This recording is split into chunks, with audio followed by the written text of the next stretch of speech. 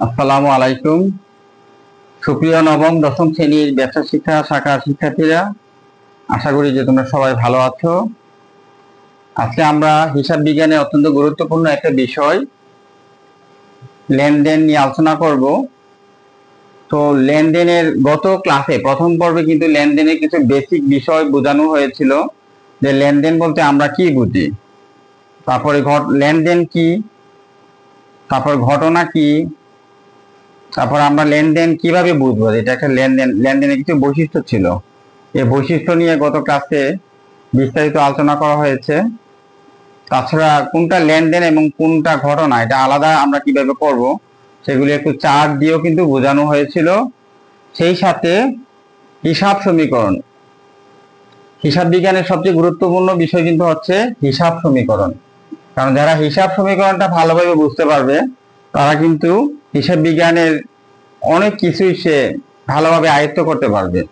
তো গত ক্লাসে কিছু প্রাথমিক ধারণা দিয়ে হয়েছিল যে হিসাব সমীকরণ যে সূত্রটা সেটা কিন্তু বুঝিয়ে দেওয়া হয়েছিল সংক্ষেপে। তো আজকে আমরা হিসাব সমীকরণটা একটু বিস্তারিতভাবে বুঝবো, যে হিসাব সমীকরণ কি এবং হিসাব সমীকরণের যে সূত্রটা আছে a = l + OE, এটাকে একটু আমরা ভেঙে দেখব। এবং এই চ্যাপ্টারের সবচেয়ে গুরুত্বপূর্ণ যে টপিক, যেটার উপর তোমার প্রায় ম্যাক্সিমাম সময় অঙ্ক কিন্তু আসে বোর্ডের পরীক্ষায়, হিসাব সমীকরণের উপর লেনদেনের প্রভাব। এটা কিন্তু আবার বলতে পারে যে হিসাব সমীকরণের উপর লেনদেনের প্রভাব বিবরণী ছকে দেখাও, অথবা আবার এমনও বলতে পারে যে তোমরা প্রমাণ করো যে a = l + OE, কিছু লেনদেন দেওয়া থাকবে, লেনদেন দিয়ে বলবে যে প্রমাণ করো যে a = l + OE। তিনটার আনসার কিন্তু একই রকম হবে। ঠিক আছে? তো সবচেয়ে গুরুত্বপূর্ণ যে বিষয়টা, এটা কিন্তু আজকে তোমরা একটু মনোযোগ দিয়ে সবাই একটু দেখো। সবাই পৃষ্ঠা 15 বের করো। পৃষ্ঠা 15, আমাদের অধ্যায়ের নাম হচ্ছে কিন্তু লেনদেন। তো আমরা প্রথম দেখবো যে হিসাব সমীকরণ। প্রথম যে আমাদের টপিক সেটা হচ্ছে কি হিসাব সমীকরণ।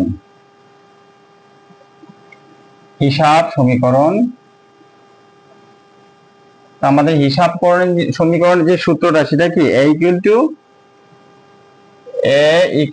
কি l + OE।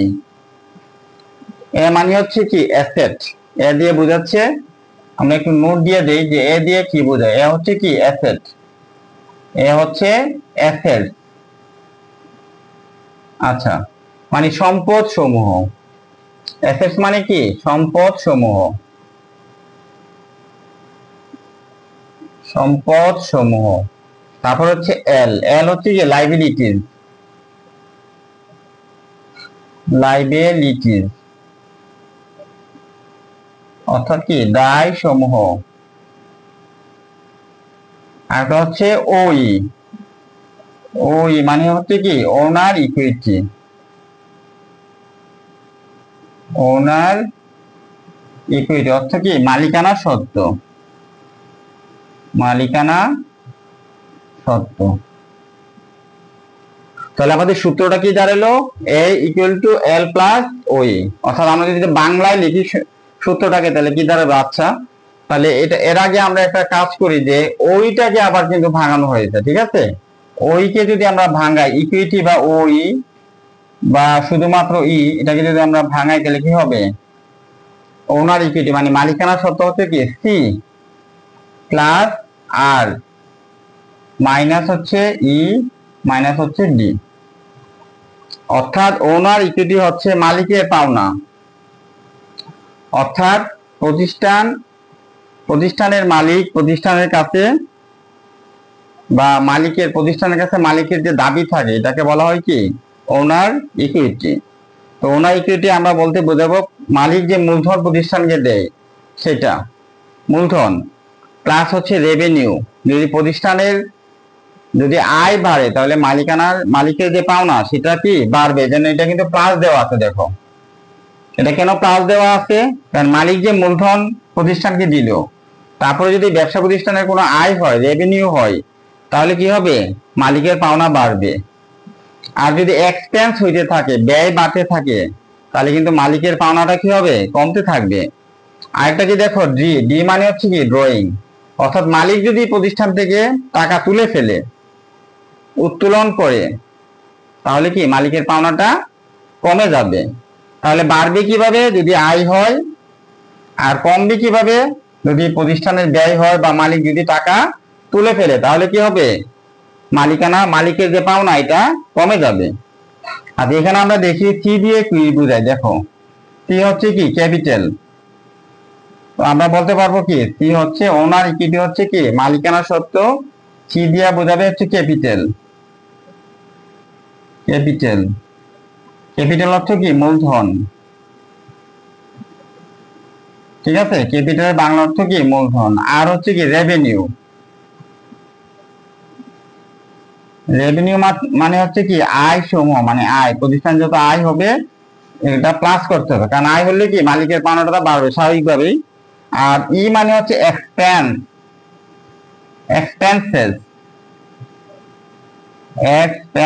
মানে হচ্ছে কি ব্যয় সমূহ। প্রতিষ্ঠানের যত ব্যয় বাড়তে থাকবে মালিকের কিন্তু পাওনা কমতে থাকবে, কারণ প্রতিষ্ঠান ক্ষতি হইলে মালিকের পাওনা কমবে। ডি হচ্ছে ড্রয়িং, ডি হচ্ছে কি ড্রয়িং, ড্রয়িং মানে হচ্ছে কি উত্তোলন। তাহলে হিসাব সমীকরণটা সবাইকে ভালোভাবে খেয়াল করো। হিসাব সমীকরণ, আমাদের মূল যে হিসাব সমীকরণটা হচ্ছে কি এ ইকুয়াল টু এল প্লাস ওই। তাহলে এ দিয়ে কি বোঝাবে, এ দিয়ে বোঝাবে প্রতিষ্ঠানের যাবতীয় সম্পদ সমূহ। এল দিয়ে কি হবে, এল দিয়ে হচ্ছে লাইবিলিটি, মানে দায় সমূহ। লাইবিলিটি বলতে কি বোঝাবে, প্রতিষ্ঠানের যে আর্থিক দায় যা নির্দিষ্ট সময় পরে কি প্রতিষ্ঠানকে পরিশোধ করতে হয়, এটাকে বলা হয় কি লাইবিলিটি। একটা হচ্ছে ও ই প্লাস ওনার ইকুইটি, অর্থাৎ মালিকের যা পাওনা, অর্থাৎ প্রতিষ্ঠানের উপর মালিক যে টাকাটা পাবে, মালিকের যে পাওনা, এটাকে বলা হবে কি ওনার ইকুইটি। আচ্ছা, তো ওনার ইকুইটিকে দেখো, আবার এটাকে কিন্তু ভাঙানো হয়েছে। মালিকের পাওনা, মালিক প্রতিষ্ঠানকে কি দেয়, মূলধন দেয়। মালিক প্রতিষ্ঠানকে যে টাকাটা সরবরাহ করে এটাকে বলা হয় মূলধন। আচ্ছা, যদি প্রতিষ্ঠান তার ব্যবসা শুরু করে দিল, তারপর যদি প্রতিষ্ঠানের লাভ হয়, আয় হয়, তাহলে মালিকের পাওনাটা বেড়ে যাবে, এই জন্য এটাকে প্লাস করা হয়েছে, যোগ করা হয়েছে। আর যদি প্রতিষ্ঠান ক্ষতিগ্রস্ত হইতে থাকে, ক্ষতি হয় বা এক্সপেন্স হয়, তার ব্যয় বাড়তে থাকে, তাহলে মালিকের পাওনাটা কমতে থাকবে। আবার মালিক যদি কোনো কারণে উত্তোলন করে বা আয়কর দেয়, অথবা এরকম কোনো পণ্য উত্তোলনও করতে পারে, নগদ উত্তোলনও করতে পারে, হ্যাঁ, অথবা আয়কর দেওয়ার জন্য সে উত্তোলন করতে পারে, অথবা জীবন বীমার প্রিমিয়াম দেওয়ার জন্য মালিক উত্তোলন করতে পারে। যে কোনো ভাবে সে উত্তোলন করুক, যদি উত্তোলন করে তাহলে কি হবে, মালিকের পাওনাটা কমে যাবে। কাজে আমরা এই সূত্রটা কিন্তু ভালোভাবে মনে রাখবো। এখন আমরা একটা একটা করে দেখি যে প্রতিষ্ঠানের যে সম্পদ, এই সম্পদের কিছু আমরা এক্সাম্পল দিয়ে দেখি যে সম্পদ কি কি। ঠিক আছে, অ্যাসেট বা সম্পদ হচ্ছে, কিছু এক্সাম্পল দিয়ে দিই, তোমরা একটু ভালোভাবে খেয়াল করো।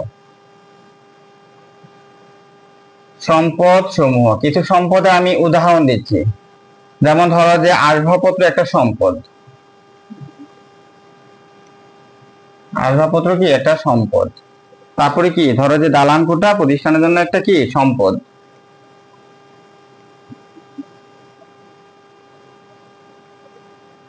যন্ত্রপাতি একটা সম্পদ।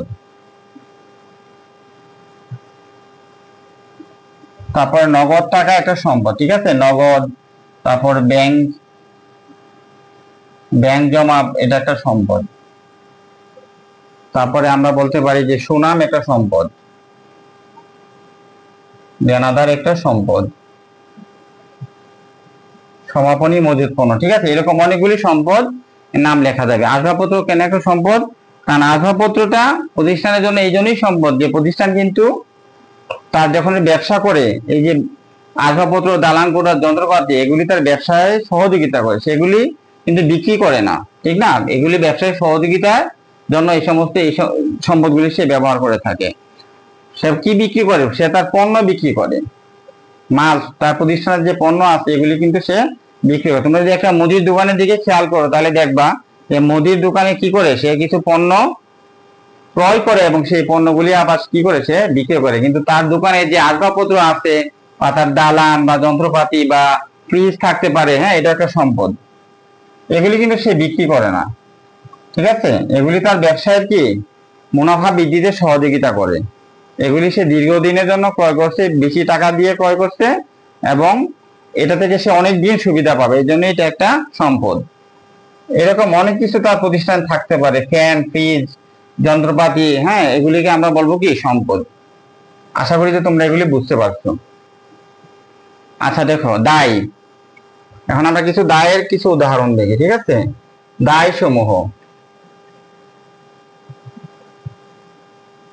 আচ্ছা, অর্থাৎ প্রতিষ্ঠান যে টাকাটা কি পরিশোধ করতে হবে, প্রতিষ্ঠানের যে টাকাটা আর্থিক দায়বদ্ধতা যা একটা নির্দিষ্ট সময় পরে প্রতিষ্ঠানকে অবশ্যই পরিশোধ করতে হবে, এটাকে বলা হচ্ছে কি দায়।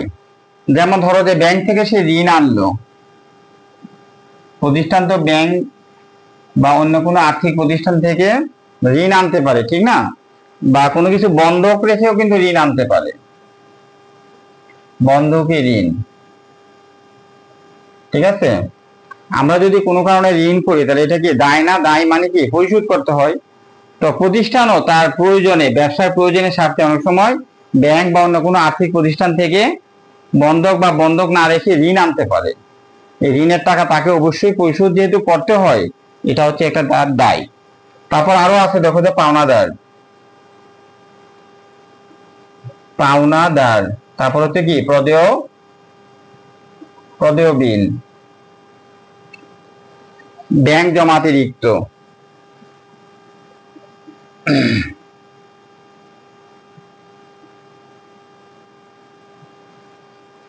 তারপর হচ্ছে বকেয়া যত খরচ আছে, বকেয়া খরচ। আমি একটা এক্সাম্পল দিই, যেমন বকেয়া বেতন, বকেয়া বেতন হইতে পারে, বকেয়া ভাড়া হইতে পারে। ঠিক আছে, এরকম যেগুলি সে পরিশোধ এখনো করে নাই প্রতিষ্ঠান। ঠিক আছে, তাহলে ব্যাংক ঋণ বন্ধক রেখে সে ঋণ আনলো, সে বাকিতে কোনো কিছু ক্রয় করলো।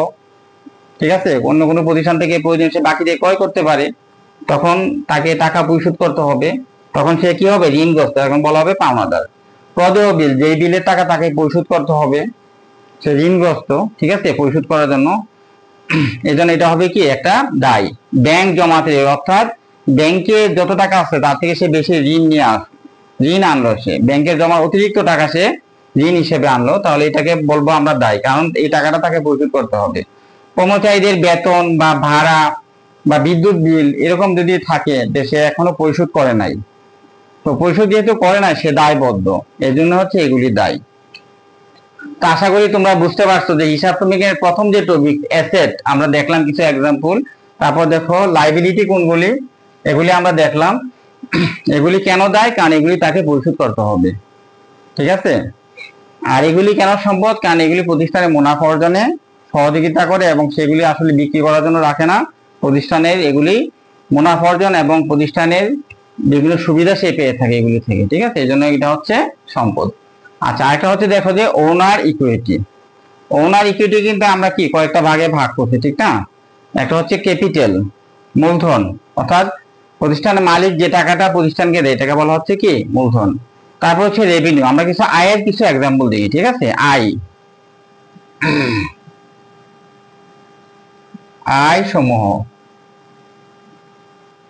আয় কিভাবে হয়, একজন আমরা যদি প্রতিষ্ঠান দেখি, আমাদের যে কোনো একটা প্রতিষ্ঠান থেকে যদি আমরা খেয়াল করি তাহলে দেখবো কি যে পণ্য যদি সে বিক্রি করে তাহলে কিন্তু তার আয় হয়। তাহলে আমরা বলতে পারি যে বিক্রয় হচ্ছে কি একটা আয়। তারপর ব্যাংকে সে জমা রাখলো, ব্যাংক জমার সুদ,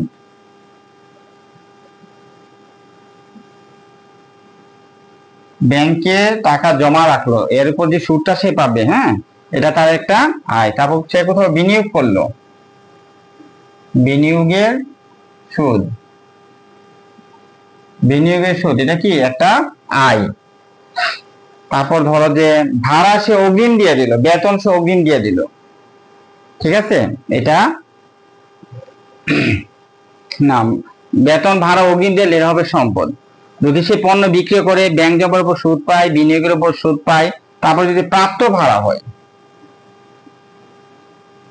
ভাড়া যদি সে পাবে, ঠিক আছে, প্রাপ্ত ভাড়া বা প্রাপ্ত বাট্টা,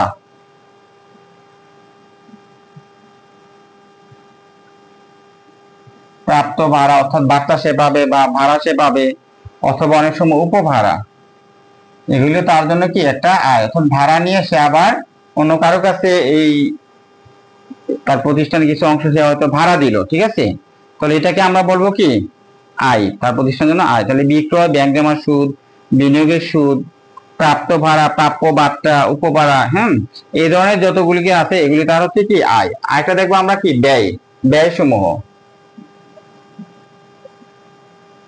ব্যয় সমূহ, যেমন কি ব্যয় কিন্তু অনেক, যেমন প্রতিষ্ঠান কি করতে হয়, কর্মচারীদেরকে বেতন দিতে হয়, বেতন দেওয়া কি একটা ব্যয়, ভাড়া প্রদান করতে হয়। ব্যয়গুলি প্রতিষ্ঠানের দৈনন্দিন খরচ নির্বাহের জন্য যে সমস্ত, যেগুলি প্রতিনিয়ত তাকে করতে হয়, ব্যবসাটা পরিচালনা করার জন্য যে সমস্ত খরচগুলি তাকে প্রতিনিয়ত সব সময় করতে হয়, সেটাকে আমরা বলবো ব্যয়। যেমন বেতন, ভাড়া, তারপর বিদ্যুৎ বিল পরিশোধ করতে হয়, কোনো কিছু নষ্ট হয়ে গেলে সেটা মেরামত করতে হয়, ঠিক আছে, পণ্য ক্রয় করতে হয়, পণ্য ক্রয় করা ছাড়া তো সে বিক্রি করতে পারবে না, ঠিক আছে, পণ্য ক্রয়, মেরামত, বেতন, ভাড়া, বিদ্যুৎ বিল, তারপর মোবাইল বা টেলিফোন বিল।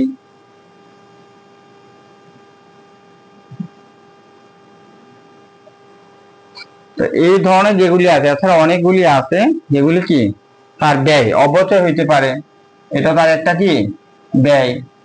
আর একটা হইতে পারে যেমন কুড়িন। আচ্ছা, কুড়িন জিনিসটাকে দেখো, যে প্রতিষ্ঠান কি করলো, বাকিতে মাল বিক্রি করলো, বাকিতে মাল বিক্রি করার পরে দেখা যাচ্ছে যে মাঝে মধ্যে কিছু দেনাদার, বাকিতে মাল বিক্রি করলে কিন্তু কি দেনাদারের সৃষ্টি হয়। প্রতিষ্ঠান যাদের কাছে মাল বিক্রি করে এরা হচ্ছে দেনাদার।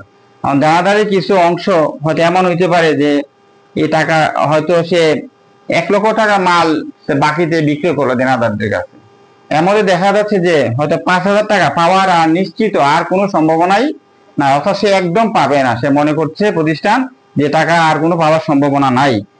তো এটাকে সে কুইন হিসাবে বা অনাদায়ী দেনা বা অনাদায়ী পাওনা হিসাবে চিহ্নিতকরণ করে সেটা দেখা ব্যয় হিসাবে দেখে, অর্থাৎ যেহেতু এই টাকাটা তার পাওয়ার আর কোনো সম্ভাবনা নাই, সেজন্য এটা হবে কুরিন বা অনাদায়ী দেনা। একটা আছে দেখো যে সর্বশেষ যেটা, এটা কি ডি, উত্তোলন, ঠিক আছে, উত্তোলন। তা আমরা যদি এটা উত্তোলনের মধ্যে কিভাবে হইতে পারে, এদের লেখা আছে, উত্তোলন নগদও হইতে পারে, আবার পণ্য উত্তোলনও হইতে পারে, আবার সে আয়কর দেওয়ার জন্য উত্তোলন করতে পারে, এইভাবে সে উত্তোলন করতে পারে। তাহলে আমরা দেখো হিসাবের যে সমীকরণের যে গুরুত্বপূর্ণ যে বিষয়গুলি এগুলি আমরা একটু জানলাম, তোমরা আশা করি এগুলি একটু ভালোভাবে খেয়াল করবে, তাহলে হিসাব বিজ্ঞান কিন্তু তোমাদের কাছে অনেক ইজি হয়ে যাবে। তুমি যদি এই হিসাব সমীকরণটা ভালো করে বুঝতে পারো তাহলে দেখা যাবে যে হিসাব বিজ্ঞানের অনেক চ্যাপ্টারই তোমার কাছে কিন্তু অনেক ইজি লাগবে। আমি আবার একটু রিভিউ করতেছি, আমাদের হিসাব সমীকরণটা হচ্ছে কি A equal to L plus OE, মানে assets equal to liability plus হচ্ছে কি ওনার ইকুইটি। ওনার ইকুইটিকে আবার ভেঙে কি লেখা যায়, সি প্লাস আর মাইনাস সি মাইনাস ডি, অর্থাৎ ক্যাপিটাল মানে হচ্ছে মূলধন, আর হচ্ছে রেভিনিউ মানে হচ্ছে আয়, ই হচ্ছে এক্সপেন্স মানে হচ্ছে ব্যয়, ডি হচ্ছে ড্রয়িং মানে কি উত্তোলন। তা আমরা কিছু এক্সাম্পল দিচ্ছি, দেখো সম্পদ বলতে আমরা কি বুঝি, যে কিছু এক্সাম্পল দেওয়া হয়েছে যে আসবাবপত্র, দালান কোঠা, যন্ত্রপাতি, নগদ টাকা, ব্যাংক জমা, সুনাম, ফ্রিজ, ফ্যান, অনেক কিছু আছে, ভূমি, ঠিক আছে, এগুলি তার ব্যবসায় মুনাফা অর্জনে সহযোগিতা করে, এগুলি সে বিক্রির জন্য কিন্তু রাখে না, ঠিক আছে। দায় যেগুলি তাকে পরিশোধ করতে হয় নির্দিষ্ট সময় পরে, অবশ্যই তাকে পরিশোধ করতে হবে, এগুলো হচ্ছে দায়। যেমন ব্যাংক ঋণ, বন্ধকি ঋণ, পাওনাদার, প্রদেয় বিল, ব্যাংক জমা অতিরিক্ত, বকেয়া বেতন, বকেয়া ভাড়া, বকেয়া বিদ্যুৎ বিল, হ্যাঁ, এই ধরনের আইটেমগুলি তাকে যেহেতু পরিশোধ করতে হয় এজন্য এটা হচ্ছে কি দায়। তারপর দেখো আয়, আয় বলতে আমরা বুঝবো যে নিয়মিত যে সমস্ত নিয়মিত আয় আর কি, অর্থাৎ প্রতিষ্ঠানের দৈনন্দিন কাজ পরিচালনা করে তার যে সে যে টাকাটা পায় বিক্রয় করলে, ব্যাংক জমার উপর সুদ, বিনিয়োগের সুদ, প্রাপ্য ভাড়া, প্রাপ্য বাট্টা, হ্যাঁ, উপভাড়া, অর্থাৎ এগুলি থেকে তার নিয়মিত আয় হতে পারে। এছাড়া ব্যবসাটা পরিচালনা করতে গিয়ে তার দৈনন্দিন বিভিন্ন ধরনের খরচ হতে পারে, যেমন বেতন দিতে হবে, ভাড়া দিতে হবে, বিদ্যুৎ বিল দিতে হবে, কোনো যন্ত্রপাতি নষ্ট হলে মেরামত করতে হবে, পণ্য ক্রয় করতে হবে, টেলিফোন বিল পরিশোধ করতে হবে, অপচয় বা অবলোপন যদি থাকে এটা তার জন্য একটা ব্যয়। আর হচ্ছে কুঋণ, অর্থাৎ যে টাকাটা তার আর পাওয়ার সম্ভাবনা নাই, এটাকে আমরা বলবো কি কুঋণ। এটাও কিন্তু সে ব্যয় হিসাবে দেখাবে। তো মজার ব্যাপার হচ্ছে কি, দেখো প্রতিষ্ঠানের যত সম্পদ আছে, দেখো এই সম্পদ সমান হবে কি দায় প্লাস ওনার ইকুইটি। ঠিক আছে, প্রতিষ্ঠানের সম্পদ সমান সমান কি হবে, তার দায় প্লাস হচ্ছে ওনার ইকুইটি।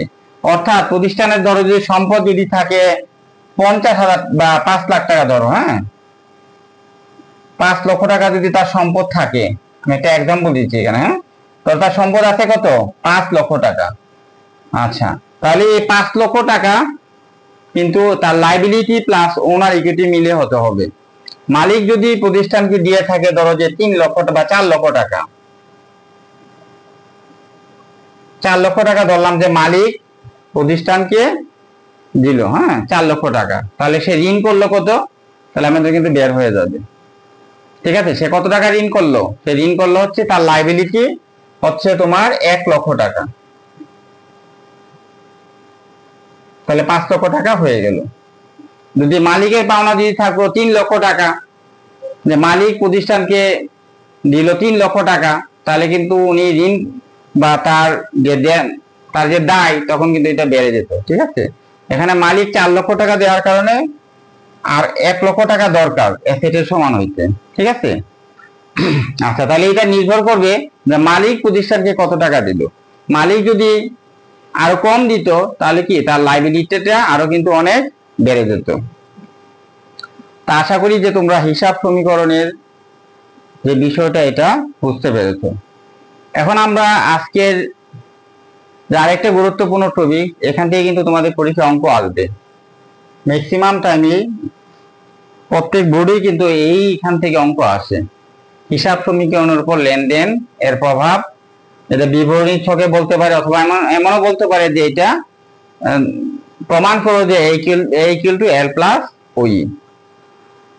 তো আমি তোমাদেরকে একটা, তোমাদের বইটা খুলো, বইয়ের মধ্যে দেখো একটা উদাহরণ, পেজ নাম্বার সবাই 15 বের করো। ঠিক আছে, পেজ নাম্বার 15 দেখো, এখানে একটা এক্সাম্পল দেওয়া আছে, আমি এটা তোমাদের করে দেখাচ্ছি, তোমরা বোঝার চেষ্টা করো। ঠিক আছে,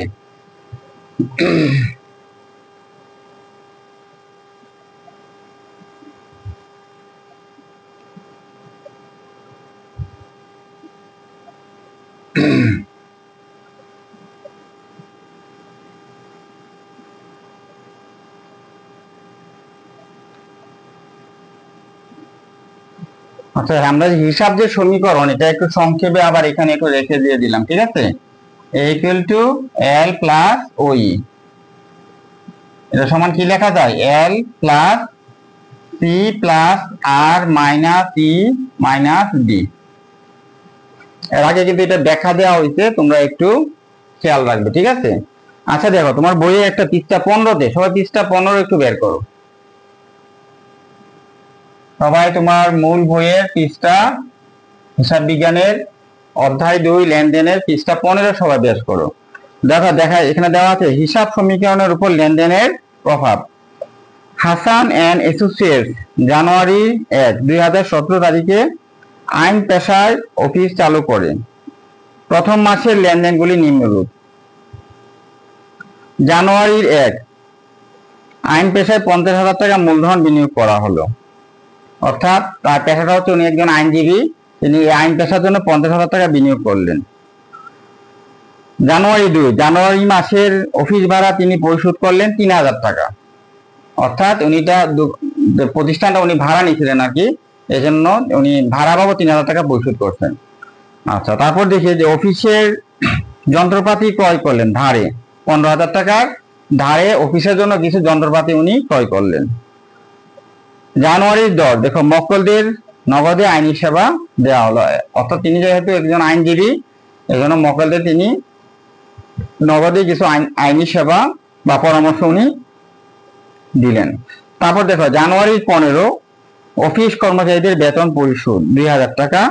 ব্যাংক থেকে ঋণ নেওয়া হলো 20,000 টাকা। আচ্ছা, ব্যাংক থেকে যদি ঋণ নেয় তাহলে কি হবে, প্রতিষ্ঠানের একদিকে সম্পদ বাড়বে, আবার একদিকে কি হবে, তার প্রতিষ্ঠানের দায়িত্ব বাড়বে। কারণ ঋণ নেওয়ার কারণে তার সম্পদ নগদ টাকাটা বাড়লো, আবার যেহেতু ঋণ তার দায়িত্বও বাড়বে। ঠিক আছে, মক্কেলদের ধারে আইনি সেবা দেওয়া হলো। তাহলে যেহেতু তার প্রতিষ্ঠান তিনি ধারে আইনি সেবা দিলেন, তাহলে কি হবে, তার দেনাদারের পরিমাণটা বাড়বে এবং সেই সাথে তার আয়ের পরিমাণ অর্থাৎ সেবা আয় সেটাও তার বাড়বে। বাকিতে কৃত যন্ত্রপাতির মূল্য পরিশোধ, অর্থাৎ এর আগে তিনি কিন্তু জানুয়ারি 7 তারিখে 15,000 টাকার কিছু যন্ত্রপাতি কিন্তু তিনি ধারে ক্রয় করেছিলেন। ঠিক আছে, এটা মূল্য এখন উনি পরিশোধ করে দিয়েছেন 10,000 টাকা। তাহলে কি হবে, ওনার অবশ্যই দায়টা কমবে, সম্পদও কমবে, আবার দায়ও কমবে। আচ্ছা, আমরা সবাই তাহলে এটা বিবরণী ছক দিয়ে আমরা এটা দেখাবো যে কিভাবে এটার তাহলে হিসাব সমীকরণ এটা কিভাবে প্রভাব পড়বে। ঠিক আছে, তাহলে তোমরা একটু ছকটা তৈরি করো। সবাই এটা লেখো যে হাসান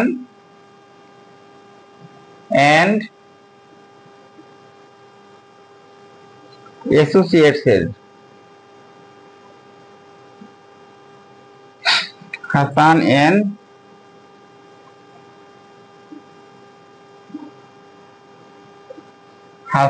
এন্ড অ্যাসোসিয়েটস এর 2017 সালের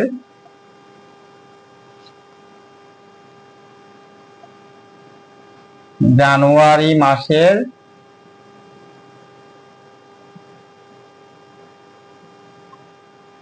লেনদেনের প্রভাব, হাসান এন্ড অ্যাসোসিয়েটস এর 2017 সালের জানুয়ারি মাসের লেনদেনের প্রভাব হিসাব সমীকরণে দেখানো হলো।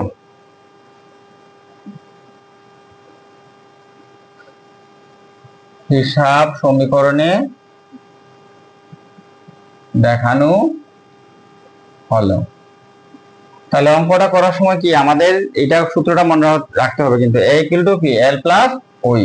তাহলে প্রথমে আমরা একটা গড় করে ফেলবো। দেখো এরকম ভাবে সুন্দর করে স্কেল দিয়ে তোমরা একটু সুন্দর একটা গড় করে ফেলবে। ঠিক আছে,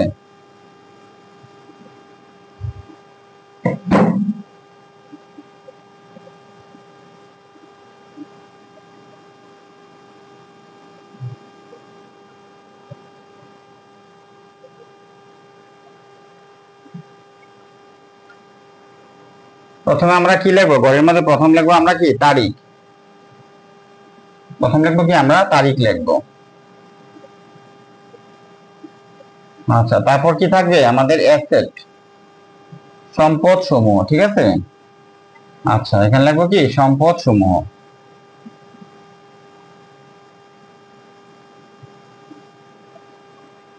আচ্ছা, সম্পদ সমূহ, সম্পদ সমান সমান, তাহলে আমরা এখানে একটা সমান সমান চিহ্ন দিয়ে দিব, কারণ আমাদের সূত্রের মধ্যে আছে যে a ইকুয়াল টু, আমরা কি a ইকুয়াল টু দিয়ে দিব, a ইকুয়াল টু কি l প্লাস ওই।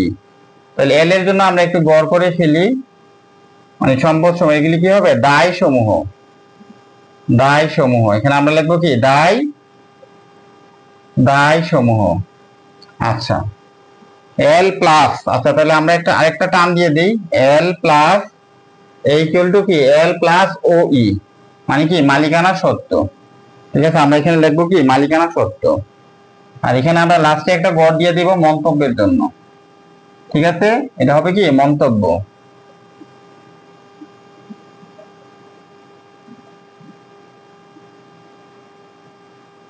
মালিকানা সত্ত্ব, আর এটা হবে কি মন্তব্যের গড়। অর্থাৎ আমরা যে অঙ্কটা করব এখানে দেখো আমাদের যে সম্পদ হবে এই সম্পদের সমান কিন্তু দায় প্লাস মালিকানা সত্ত্ব হতে হবে, তাহলে বোঝা যাবে যে আমাদের অঙ্কটা কিন্তু হয়েছে। তাহলে আমরা প্রথম যে জানুয়ারি 1 তারিখ দেখো আইন পেশায় 50,000 টাকা মূলধন বিনিয়োগ করলো, তো এটা তার একটা প্রতিষ্ঠানে সেই টাকাটা দিল। তাহলে কি আমরা কিন্তু কার হিসাবটা করি, আমরা প্রতিষ্ঠানে হিসাব করতেছি, আমরা কোনো ব্যক্তির হিসাব করি না। ঠিক আছে, হিসাব বিজ্ঞানে কোনো ব্যক্তি হিসাব করা হয় না, কি করা হয় সবসময় প্রতিষ্ঠানে হিসাব করা হয়। তো প্রতিষ্ঠানের মালিক কি করলো, প্রতিষ্ঠানের মালিক প্রতিষ্ঠানকে হাসান এন্ড অ্যাসোসিয়েট যে এই প্রতিষ্ঠানকে নগদ 50,000 টাকা মূলধন হিসেবে দিল, মানে মূলধন হিসেবে বিনিয়োগ করলো। তাহলে কি হলো, প্রতিষ্ঠানে আমরা যেহেতু প্রতিষ্ঠানে হিসাব করতেছি, প্রতিষ্ঠানে নগদ টাকা বেড়ে গেল। তাহলে তোমরা একটু এটা দিয়ে দাও যে 2017 জানুয়ারির 1 তারিখ। আচ্ছা, এর আগে আমাদের যে কাজটা করতে হবে, দেখো এখানে আমাদের কিছু সম্পদের নাম দিতে হবে, কি কি সম্পদ প্রতিষ্ঠানে আছে। ঠিক আছে, এখানে আমরা কিছু সম্পদের নাম দিয়ে দিই। আগে কিন্তু তোমরা ঘরে করার সময় খেয়াল করতে হবে যে এখানে কি কি সম্পদ আছে। যখন আমরা অঙ্কটা করব তখনই খেয়াল করতে হবে যে এখানে কি কি সম্পদ আছে। এখানে নগদ আছে, তাহলে আমরা নগদটা লিখে ফেলি। ঠিক আছে। আচ্ছা, এখানে আর কি কি সম্পদ আছে দেখো, দেনাদার আছে, দেনাদার বা প্রাপ্য হিসাব, আরেকটা হচ্ছে যন্ত্রপাতি। দেনাদার বা প্রাপ্য হিসাবে আমরা বলতে পারি, আরেকটা হচ্ছে কি যন্ত্রপাতি। আচ্ছা, দায়ের মধ্যে আছে দেখো যে ব্যাংক ঋণ আর পাওনাদার।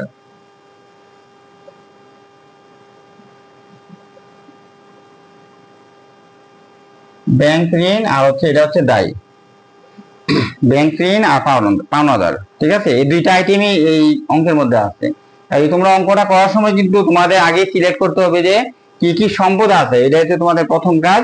কি কি দায় আছে এগুলি তোমাদেরকে আগে বের করতে হবে। ঠিক আছে, এগুলি চিহ্নিতকরণ করতে হবে, তা আর না হলে কিন্তু তোমরা কয়টা গড় হবে এটা বুঝতে পারবে না। ঠিক আছে, ওইটা দেখে তোমাকে এই গড়টা করতে হবে, সম্পদের গড় কয়টা হবে, দায়ের গড় কয়টা হবে। তো এই অঙ্কে আমাদের সম্পদের গড় আছে 3টা, একটা হচ্ছে নগদ, একটা দেনাদার বা প্রাপ্য হিসাব, একটা হচ্ছে কি যন্ত্রপাতি। দায়ের গড় আছে হবে 2টা, একটা হচ্ছে ব্যাংক ঋণ আর হচ্ছে পাওনাদার। আর মালিকানা সূত্রের মধ্যে ওই যে সি প্লাস আর এটা আসবে, এই দেখো সি প্লাস আর মাইনাস ই মাইনাস ডি। অর্থাৎ মালিক যদি মূলধন দেয় আমরা প্লাসে রাখবো, যদি প্রতিষ্ঠানে আয় হয় আমরা পাস করব, যদি কোনো ব্যয় হয় তাহলে আমরা বিয়োগ করে দিব, কারণ ব্যয় হইলে কি প্রতিষ্ঠানে স্বাভাবিকভাবেই মালিকের পাওনাটা কমে যায়। আচ্ছা, প্রথম দেখো আইনি পেশায় 50,000 টাকা মূলধন বিনিয়োগ করলো, তাহলে কি প্রতিষ্ঠানের নগদ টাকা কি হবে, বাড়বে। তাহলে আমরা এখানে 50,000 টাকা লিখে ফেললাম। ঠিক আছে, আর কি হবে, মালিকানা সত্ত্ব বাড়বে। এখানে এটা কি মূলধন, নগদান হিসাব ডেবিট আর মূলধন হিসাব কি ক্রেডিট। তাহলে আমরা মূলধন অর্থাৎ মালিকানা সত্ত্বটা বেড়ে গেল। তাহলে এখানে আমরা লিখবো 50,000, এখানে 50,000, এখানে আমরা 50,000। এখানে আমরা একটা মন্তব্যের ঘরে লিখবো যে কি মূলধন আনয়ন, মূলধন আনয়ন। আমরা শুধুমাত্র ওনার ইকুইটির সাথে যদি কোনো লেনদেন থাকে, যেমন মূলধন, আয়, ব্যয়, উত্তোলন, এগুলির জন্য আমরা এখানে মন্তব্যের ঘরে লিখবো। আর সম্পদ বা দায়ের জন্য কোনো মন্তব্য করে কিছু লেখার দরকার নাই। ঠিক আছে, শুধুমাত্র ওনার ইকুইটির সাথে সম্পর্কিত, যেমন মূলধন, আয়, ব্যয়, উত্তোলন, এগুলি যদি থাকে তাহলে আমরা এখানে কমেন্ট বা মন্তব্যের করে মানি লিখবো। যেহেতু উনি মূলধন আনয়ন করছে এই জন্য আমরা লিখবো কি মূলধন আনয়ন। আচ্ছা, এরপর এটা দেখো, জানুয়ারি মাসে অফিস ভাড়া পরিশোধ করা হলো 3,000 টাকা। অফিস ভাড়া পরিশোধ করলে কি হবে, দেখো জানুয়ারির 2 তারিখ 3,000 টাকা অফিস ভাড়া পরিশোধ করলে কি হবে, তার 3,000 টাকা কি অবশ্যই কমবে। প্রতিষ্ঠানের কি, প্রতিষ্ঠানে 3,000 টাকা কি হবে, প্রতিষ্ঠানের 3,000 টাকা কমে যাবে। আর বেতন কি, দেখো বেতন একটা ব্যয়, দেখো এক্সপেন্স হলে কি হয় একটু খেয়াল করো। বেতন এর আগে আমরা কিন্তু চার্টে দেখছিলাম বেতন একটা ব্যয়, ঠিক না। তাহলে মালিকের পাওনা কি হয়, বাড়ে না কমে, এই দেখো মাইনাস দেওয়া আছে, তাহলে এটা কি হবে, কমবে। তাহলে আমরা এখানে 3,000 টাকা মাইনাসে দিয়ে রাখবো। আশা করি বুঝতে পারছো, কারণ বেতন দিলে প্রতিষ্ঠানের ব্যয় বাড়ে, ব্যয় বাড়া মানে কি মালিকের পাওনা কমে, এই দেখো মাইনাসে দেওয়া আছে কিন্তু সূত্রের মধ্যে, এই জন্য আমরা এখানেও মাইনাস করে দিচ্ছি। আচ্ছা, তারপর দেখো জানুয়ারি 7 তারিখ ধারে অফিস যন্ত্রপাতি ক্রয় করা হলো। তো অফিস যন্ত্রপাতি যদি ক্রয় করা হয় ধারে, তাহলে দেখো যন্ত্রপাতি কিন্তু প্রতিষ্ঠানে বাড়বে কত হাজার টাকা, 15,000 টাকা। তো আমরা যন্ত্রপাতির ঘরে কিন্তু এটা লিখবো 15,000 টাকা। যেহেতু উনি ধারে ক্রয় করছে মানে টাকা এখনো দেয় নাই, তাহলে তার দায় বাড়ছে। দায় বাড়লে কি হয়, দায় বাড়লে আমরা ওই দায়ের ঘরে এখন দেখাই দিয়ে দিব, দায় বাড়লে ক্রেডিট হয়, ঠিক না। আচ্ছা, তাহলে সম্পদও বাড়লো আবার তার দায়ও বাড়বে, তাহলে আমরা এখানে 15,000 টাকা দেখাই দিয়ে দিব। পাওনাদার বা যন্ত্রপাতি সরবরাহকারীদের এই হিসাবটা। আচ্ছা, তারপরে দেখো জানুয়ারির 10 তারিখ মক্কেলদের নগদে আইনি সেবা দেয়া হলো। জানুয়ারির 10 তারিখ যেহেতু নগদে আইনি সেবা দেওয়া হলো, প্রতিষ্ঠানে অবশ্যই নগদ টাকা কি হবে, বাড়বে 6,000 টাকা। তাহলে আমরা 6,000 টাকা কি করবো, এটা প্লাসে রাখবো, এই যে 6,000 বরাবর 6,000 টাকা কি প্লাস। অর্থাৎ যেহেতু উনি নগদে আইনি সেবা দিতে, তার প্রতিষ্ঠানে কি হবে, সম্পদ বাড়বে। কারণ প্রতিষ্ঠান টাকাটা তো পাইলো নাকি, তার সম্পদটা বেড়ে গেছে। নগদ টাকা বাড়া মানে সম্পদও বাড়া। আচ্ছা, আইনি সেবা দেওয়া হলো, আইনি সেবা দিলে তার আয় হবে। একটু খেয়াল করো, আয় হলে কি হয়, প্লাস হয়। দেখো তো, আয় হলে কি হয়, রেভিনিউ মানে হচ্ছে আয়, আয় হলে কি হয়, প্লাস। তাহলে আমরা এখানে কি করবো, আমরা এখানে 6,000 টাকা কি করবো, এই দেখো বরাবর প্লাসে দিয়ে দিব, এটা প্লাস। আচ্ছা, আমরা প্লাস চিহ্ন দেওয়ার দরকার নাই, মাইনাস হলে শুধু আমরা ব্র্যাকেটটা দিয়ে দিব, ঠিক আছে। তো বরাবর একটু লিখে ফেলবা, ঠিক আছে, 6,000 টাকা। তারপর দেখো জানুয়ারি 15 অফিস কর্মচারী বেতন পরিশোধ। আচ্ছা, তো লেখো যে জানুয়ারি 15 অফিস কর্মচারী বেতন পরিশোধ কত টাকা, 2,000 টাকা। তাহলে কি নগদ টাকা তার কমে যাবে। আর প্রতিষ্ঠান যদি 2,000 টাকা বেতন দেয়, তাহলে কি প্রতিষ্ঠানের নগদ টাকাটা কি হবে, কমবে না, কমবে। কারণ সে তো প্রতিষ্ঠানের সম্পদটা তো বা নগদ টাকাটা তো হ্যাঁ চলে যাচ্ছে কর্মচারীর কাছে।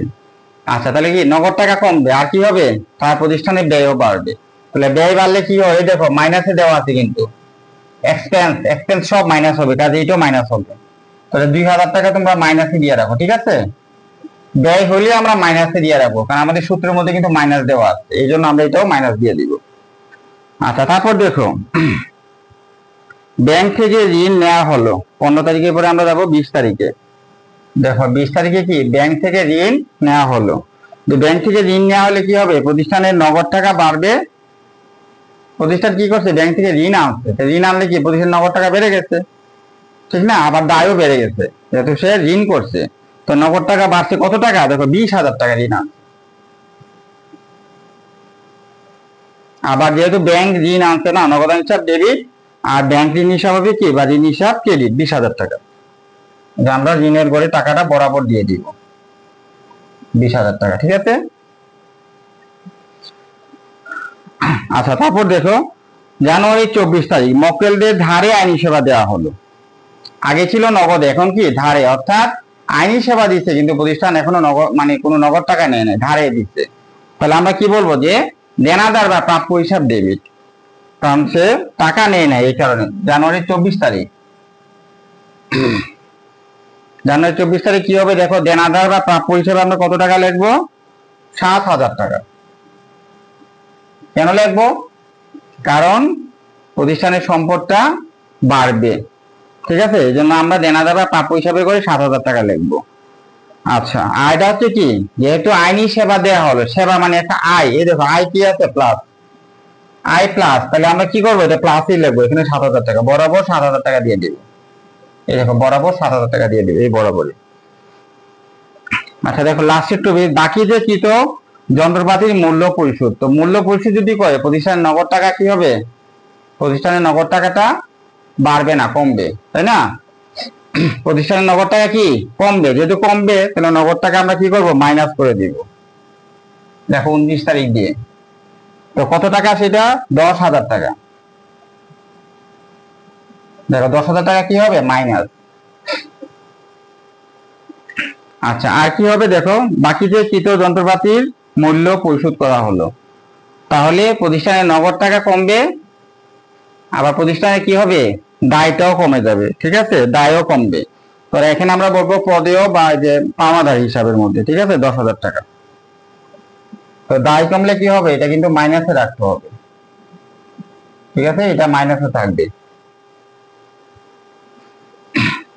তাহলে দেখো আমাদের অ্যাসেট কত হয়, আমরা একটু হিসাব করি, ঠিক আছে। প্রতিষ্ঠানের সব সম্পদ মিলে কত হয়, দেখো এই যে প্রতিষ্ঠানের সব সম্পদ যদি আমরা যোগ করি, তাহলে কত টাকা হয়, দেখো নগদে কত টাকা আছে, দেখো নগদে হবে কত, 50,000, 56,000 আর 20,000। হ্যাঁ, এটা তোমরা একটু ক্যালকুলেটর করে ফেলো সবাই।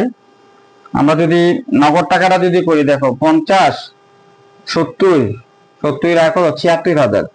76,000 থেকে যদি আমরা এই টাকাটা যদি আমরা মাইনাস করে দিয়ে দিই, ঠিক আছে, দেখো আমরা এটা করে ফেলি, 50, 70 আর কত, 76,000। 76,000 থেকে আমরা মাইনাস করবো কত, 10,000, 12,000, 15,000। মাইনাস হচ্ছে কত 15,000, তাহলে কত হবে দেখো 61,000। তাহলে আমরা নগদে কত লিখবো? নগদে হচ্ছে কত 61,000। দেখো নগদে হচ্ছে কত 61,000। আর যন্ত্রপাতির করে আমরা কত আছে 15,000, আর দেনাদারের মধ্যে আছে কত 7,000, তো এখানে লিখবো 7,000, আর এখানে আছে কত 15,000।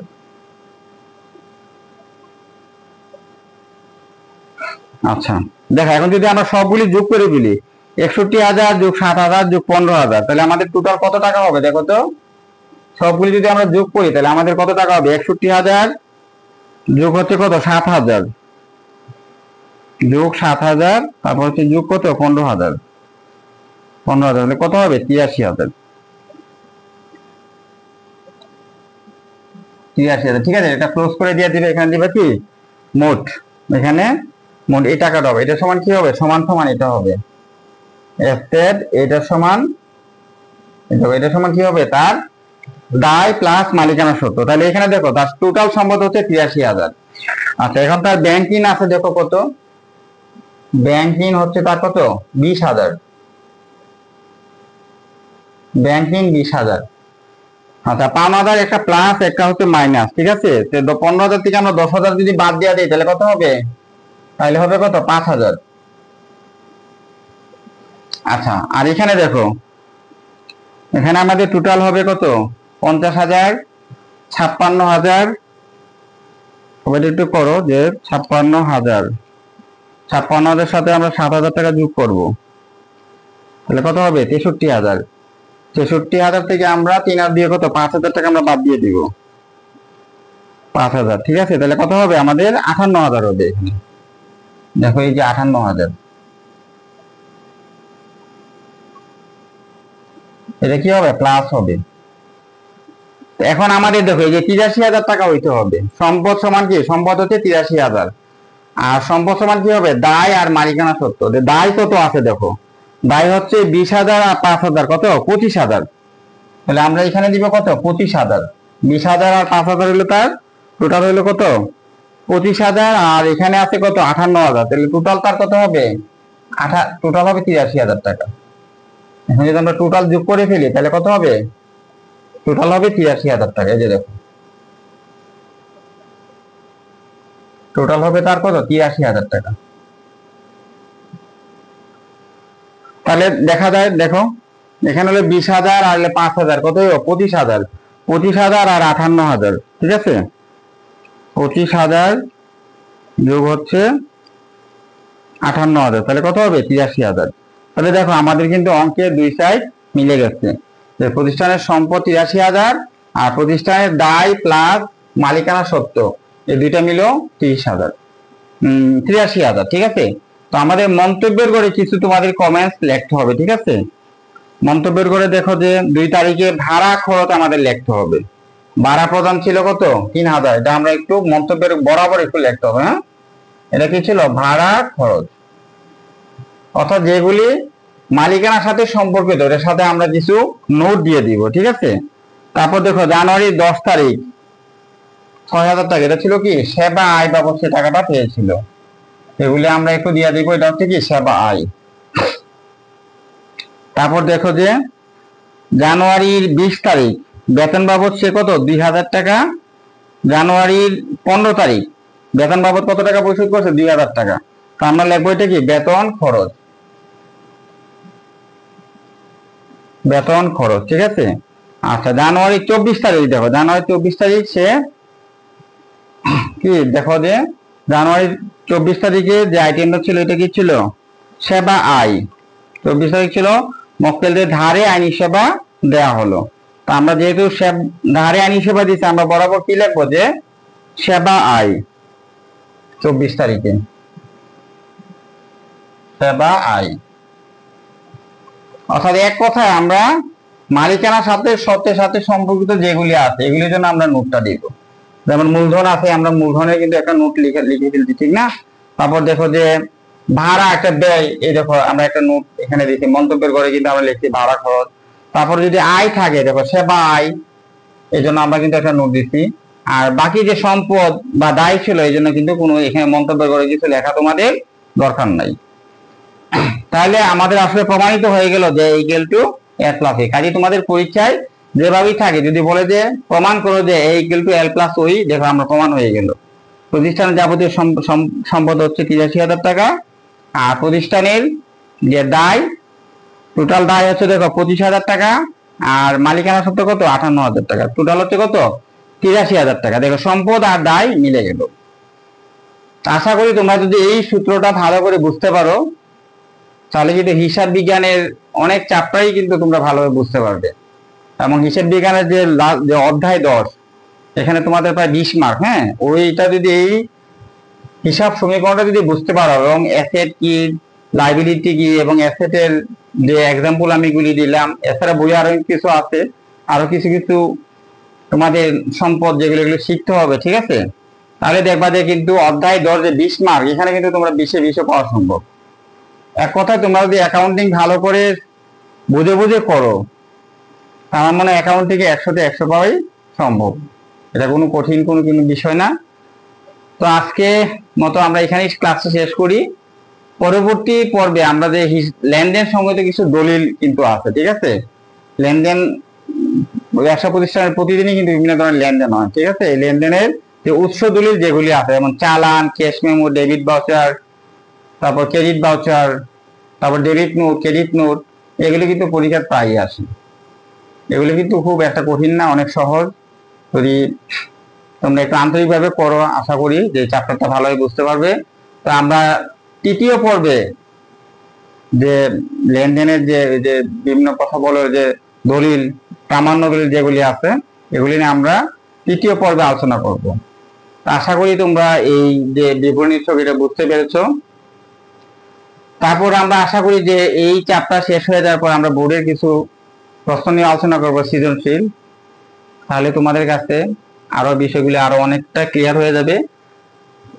তো তোমরা সবাই মনোযোগ দিয়ে পড়ো এবং ক্লাসগুলি একটু ভালোভাবে খেয়াল করো, এবং আমাকে আরো নতুন নতুন ক্লাস করার জন্য তোমরা আমাকে উৎসাহিত করো। তাহলে আশা করি যে তোমরা ভালো করবে হিসাব বিজ্ঞানে। এই প্রত্যাশায় আজকের তোমাদের এই ক্লাস এখানেই শেষ করছি। তোমরা সবাই সুস্থ থাকো, ভালো থাকো। আল্লাহ হাফেজ।